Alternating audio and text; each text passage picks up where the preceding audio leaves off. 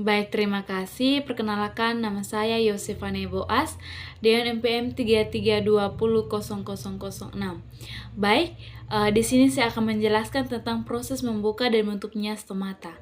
Tujuan saya membuat video ini untuk memenuhi tugas mata kuliah fisiologi tumbuhan. Baik, sebelum kita menjelaskan tentang proses membuka dan menutupnya stomata, terlebih dahulu kita mengetahui apa itu stomata. Nah, stomata ini berasal dari bahasa Yunani yang berarti mulut. Stomata berfungsi sebagai pertukaran gas seperti karbon dioksida, uap air, dan oksigen. Stomata ini merupakan bentuk tunggal dari stomata yang berfungsi sebagai organ respirasi.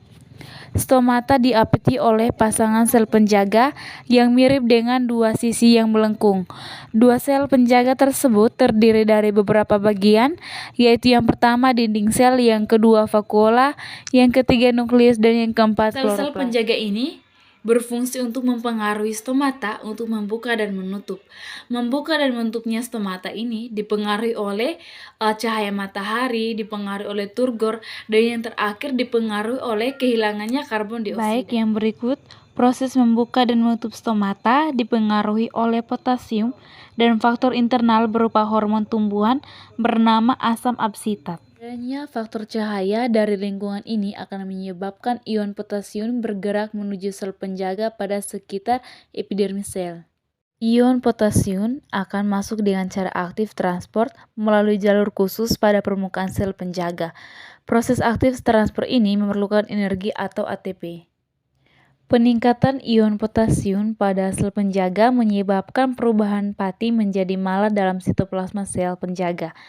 Hal ini akan menyebabkan potensial air dalam sel menurun, sehingga air dapat masuk ke dalam sel penjaga melalui mekanisme osmosis.